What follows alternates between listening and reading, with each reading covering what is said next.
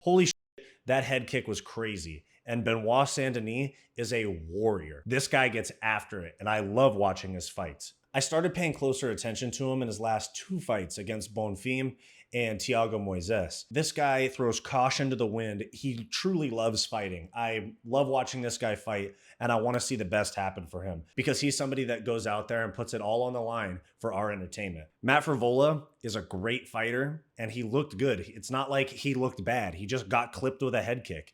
This was a really competitive fight, and hopefully we'll get to see them do it again. That was a really cool fight. I don't know if Matt Frevola is championship material, but I think that Benoit Saint-Denis eventually will be. So I don't know, maybe we'll see them fight again. But holy shit, what a way to make a statement.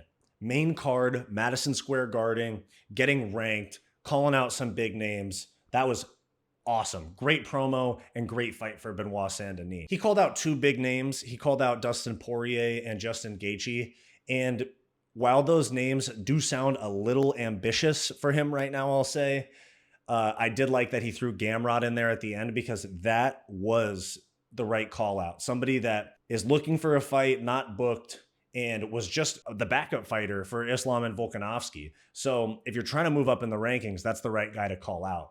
And with them both being from Europe, I could see him getting a main event or a co-main event in Paris. And while Dustin Poirier and Justin Gaethje are ambitious names for him to be calling out right now, I don't think it'll be too long before we see Benoit Saint-Denis fighting the most elite lightweights in the world. See, to get ranked, most guys will fight somebody in that 10 to 15 range. And if they win, obviously they get ranked. And then after that, they tend to defend that ranked spot against somebody that's not ranked. I think that Benoit Saint-Denis is going to skip that kind of building process through the rankings and that he's going to just get in there with some of the best guys like Gamrot and move up the rankings quickly. I mean, I could see him in the top 5 in the next 2 fights. And with French MMA growing as fast as it has been and how amazing those Paris events are, I think that Benoit Saint-Denis has potential superstar written all over him. I mean, he's got the call outs. He's a former veteran.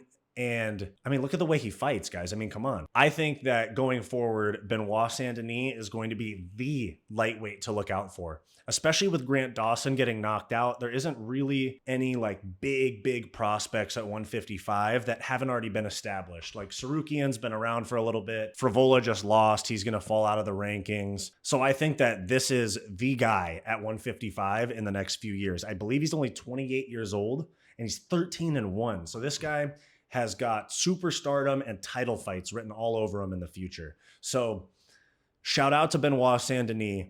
Amazing fight, amazing performance. I love watching this guy fight. Let me know who you guys want to see Benoit Saint-Denis fight next. I think it's going to be Gamrot, but I want to know who you guys are interested to see him fight. If you like this video and you want more content just like this, like, subscribe, and ring the bell to stay up to date with our latest videos. If you want more content from me, go check out my weekly comedy podcast, the Hissyfit podcast, and go check out my personal channel, Wyatt's World. Go watch this suggested video, and I'll see you next time.